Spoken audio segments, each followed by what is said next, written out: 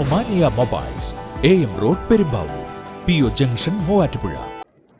വിവിധ ആവശ്യങ്ങൾ ഉന്നയിച്ച് കേരള റേഷൻ ഡീലേഴ്സ് കോർഡിനേഷൻ കമ്മിറ്റിയുടെ നേതൃത്വത്തിൽ മൂവാറ്റുപുഴ താലൂക്ക് സപ്ലൈ ഓഫീസിനു മുന്നിൽ കൂട്ടധർണ സംഘടിപ്പിച്ചു.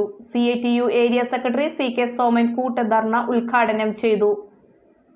റേഷൻ വ്യാപാരികളുടെ സെപ്റ്റംബർ, ഒക്ടോബർ മാസങ്ങളിലെ കമ്മീഷൻ തുക അനുവദിക്കുക, സർക്കാർ പ്രഖ്യാപിച്ച ഓണക്കാല ഉത്സവ ഭത്ത അടിയന്തരമായി നൽകുക, കോടതി വിധി മാനിച്ച് സർക്കാർ കിറ്റ് കമ്മീഷൻ കുടിശ്ശിക ഉടൻ നൽകുക, വേതന പാക്കേജ് വർദ്ധിപ്പിക്കുക, NFSAയിൽ നിന്നും റേഷൻ വിതരണം കാലതാമസമില്ലാതെ കടകളിലെത്തിക്കുക തുടങ്ങിയ ആവശ്യങ്ങൾ ഉന്നയിച്ചാണ് കേരള റേഷൻ ഡീലേഴ്സ് കോർഡിനേഷൻ കമ്മിറ്റിയുടെ നേതൃത്വത്തിൽ മൂവാറ്റുപുഴ താലൂക്കിലെ റേഷൻ വ്യാപാരികൾ റേഷൻ കടകൾ അടച്ചിട്ട് പ്രതിഷേധ ധർണ നടത്തിയത്.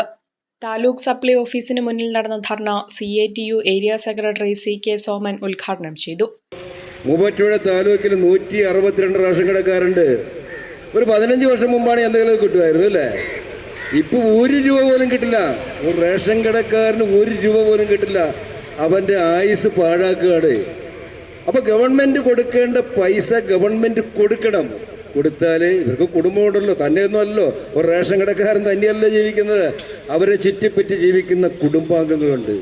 അത് കൊടുക്കണമെന്നാണ് നമ്മുടെ ആവശ്യം. അതിനകത്ത് ആര് ഭരിക്കട്ടെ ഭരിക്കാതിരിക്കട്ടെ എന്നുള്ള അല്ല വിഷയം. നമുക്ക് ഒരു നേരത്തെ ആഹാരം കഴിക്കാൻ വേണ്ടിയിട്ട് ആ പൈസ കിട്ടണം. യോഗത്തിൽ ജോസ് നെല്ലൂർ അധ്യക്ഷത വഹിച്ചു. Taluk secretary PS Majeed, CP Soman, UN Girijan, MA Basheer, Biji Sajan, Rejimon, OC baby തുടങ്ങിയവർ ധർണയ്ക്ക് നേതൃത്വം നൽകി. നേത്ര സംരക്ഷണത്തിന് നമ്മുടെ Ahalya Ahalya foundation eye hospital, കേരളത്തിൽ എല്ലായിടത്തും.